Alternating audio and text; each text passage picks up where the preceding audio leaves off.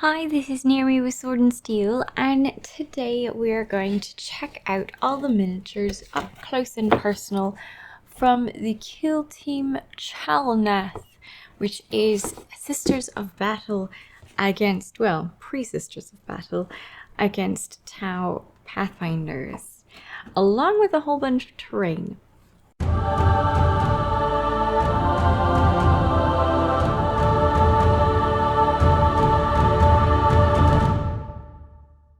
So this is not a starter set. This set, it doesn't have any rules or dice or range finders or tokens inside of it.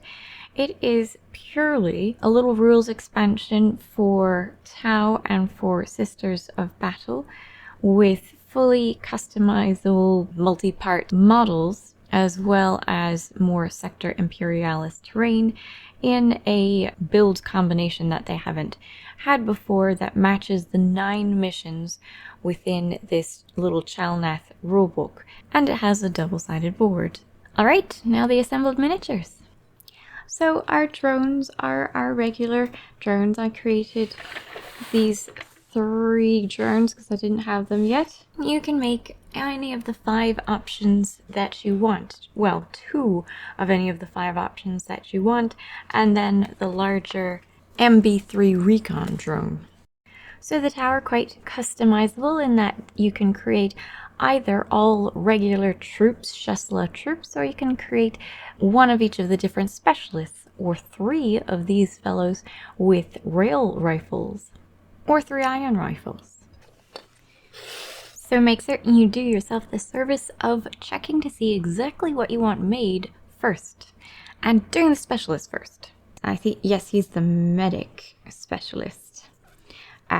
They offered specialized little heads for each of the specialists, but I just wanted to have him in his good old helmet and have only his little pack to distinguish who he is. This one's just a regular Shesla. I made 4 regular Sheslas. Here's another specialist.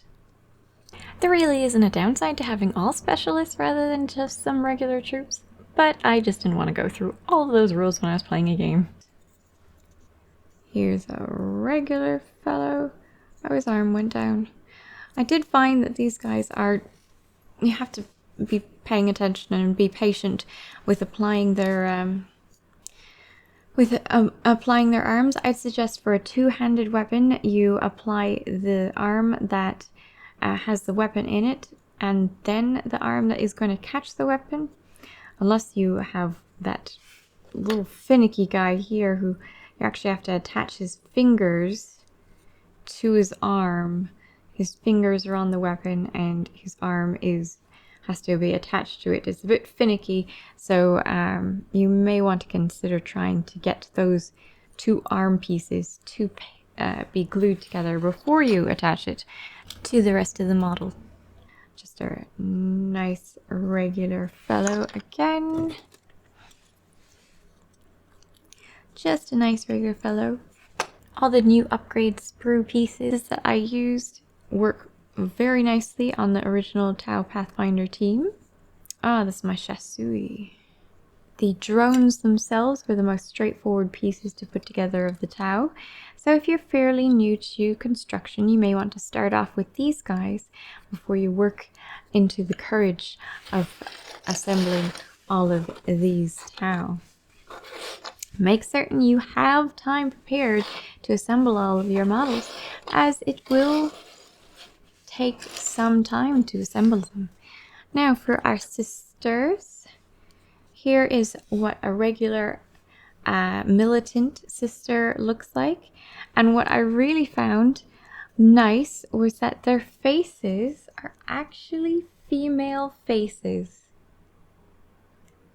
They look like they're women, rather than elves that are angry and strange looking.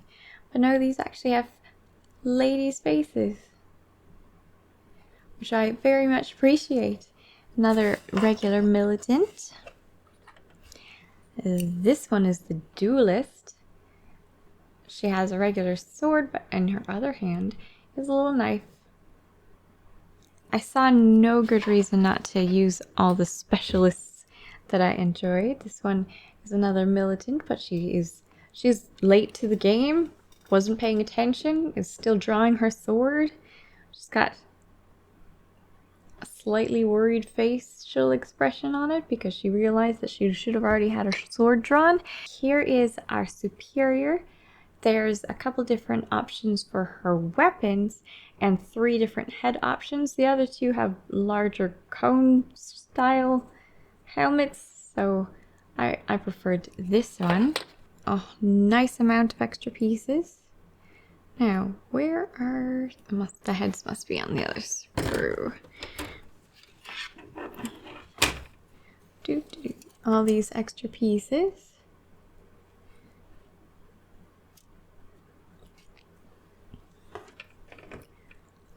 Nope, they're not on that one.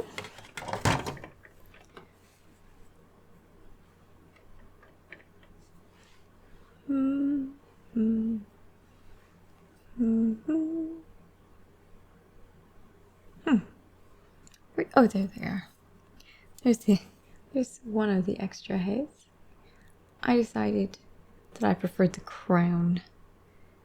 I created 2 of these ladies with their special Purgatus flamers, basically. And they have their faces covered up by their breather. Now, notably, this head is not something that you can attach.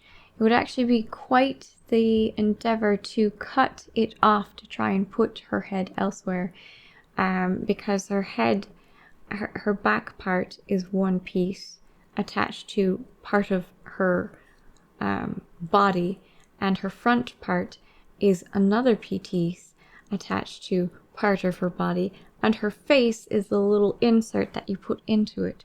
So it'd be very hard to use these heads anywhere else than on this model, unless you just wanted to take the face, in which you can, because the hood is left faceless and you just add the face in, and you add in the face wherever you like. They seem to fit everywhere, so whichever face you want is the one you add.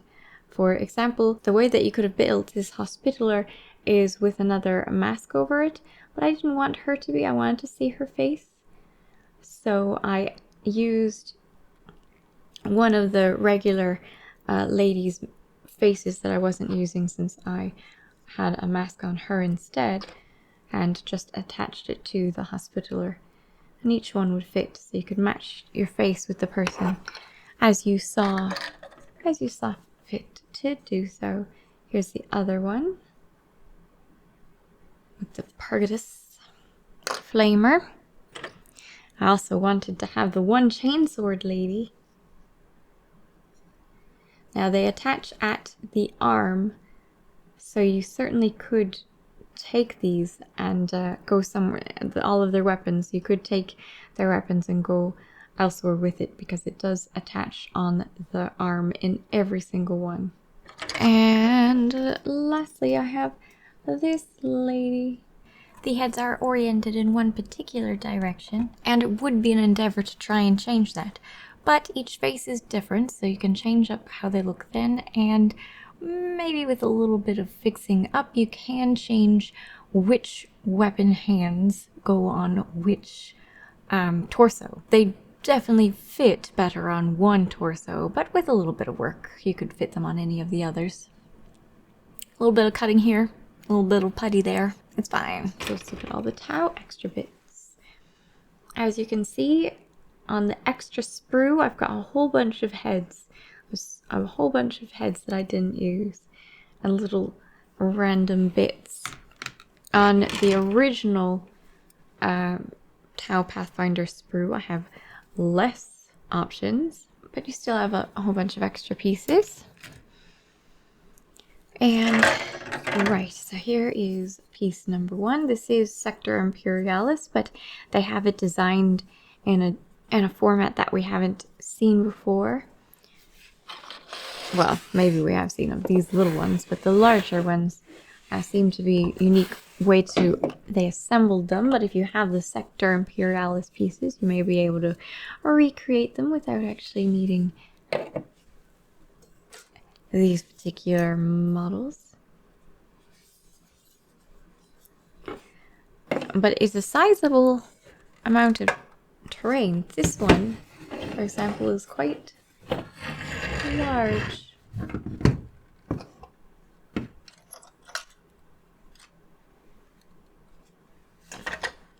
And I very much enjoy the fact that you can get on top of these guys and that there's a whole lot of line of sight blocking, because cover and vantage points are quite important in the new kill team.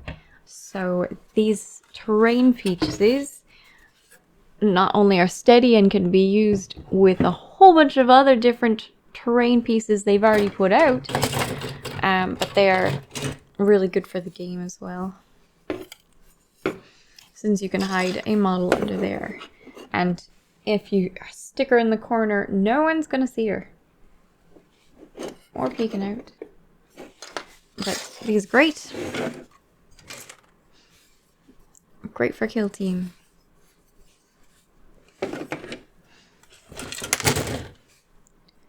And this piece.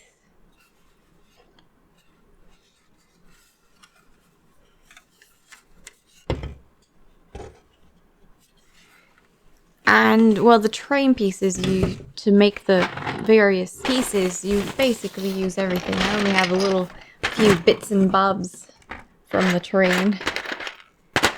I basically used all of the different pieces. You can use these on the terrain pieces to change them up a bit, or not. Save them for bases. Fancying up your bases by having rune terrain on them is always a nice idea. And that is it. Again, the book contains the lore of the new models, as well as, you know, basic lore of T'au and sisters. And then we get into the rules. You can have 1 novitiate superior and 9 of any of the others. You can have as many as you want of the regular troops, the militants, or you can have 1 of each of any of the others, other than the purgatus, which you can have 2 of. Mostly. The condemner, for example, could be a condemner or a purgatus. There are some restricted ones, though. If you're alright with mending their arms a bit, you have all of the pieces to create whatever you want. Only 1 of whichever you want, besides the purgatus and the militants, but whatever you want. For the T'au Pathfinder team, you get 1 Shasui and 12 Pathfinders. Now, you only get 10 models of your T'au. The rest have to be drones. So you have to choose 3 drones to have the full 13 models, because you only get 10 T'au. For these ones, it says that the Shasla Pathfinder, the regular guy, has any amount, well, up to 12 times, and the weapons expert has 2. For some reason, you can make 3 different weapons expert Pathfinders with rail rifles and 3 with iron rifles. Even though you can only have 2 in the game, you can make 3 for some reason. But you have to use the number 35 railgun for the marksman. And when I would suggest, when assembling these guys, make certain you know who you want and just assemble who you want, so that you have all the pieces that you need right there and not accidentally used on any other piece. The marksman also uses a particular foot piece. The legs, there's an extra pair of legs on the sprue. That's for the marksman. They don't mention that to you before they tell you to put the torso onto the feet of all the regular guys. So just keep that in mind, that you may need one for your special marksman feat, if you even use the special marksman feat, because you don't necessarily have to.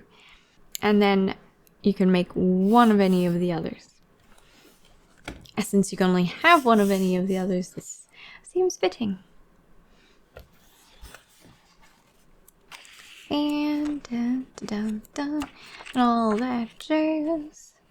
And equipment, and rare equipment, and then we go into the Kill Zone Chalnath and what happens when you're playing in that. And those terrain pieces match how you assemble them in the assembly guide. So you can absolutely follow the assembly guide to match your terrain pieces to all of the 9 missions that you see in the book. I checked. I made certain. And nicely enough, it has something that you can photocopy to make it easier to play the game. A narrative data sheet or narrative data card allows you to keep track of your guys. And I contemplate scanning it in and printing it out and having all your data cards on the table instead of your book that you have to pan through. So use that. It will be helpful to you. Now, I noticed that you could absolutely create a dialogus from the set because you have all the pieces that you need. You could create a hospitaller of your own. It also has the same thing for the Repentia Superior with her whips. And of course, I'm pretty certain these will look nice as missionaries themselves. Thanks for watching. I hope that was useful to you. Like and subscribe if it was. Hit that bell notification if you want to come see every video we put out as soon as it comes out. And I will catch you in the next video. Bye! Oh, and happy Halloween!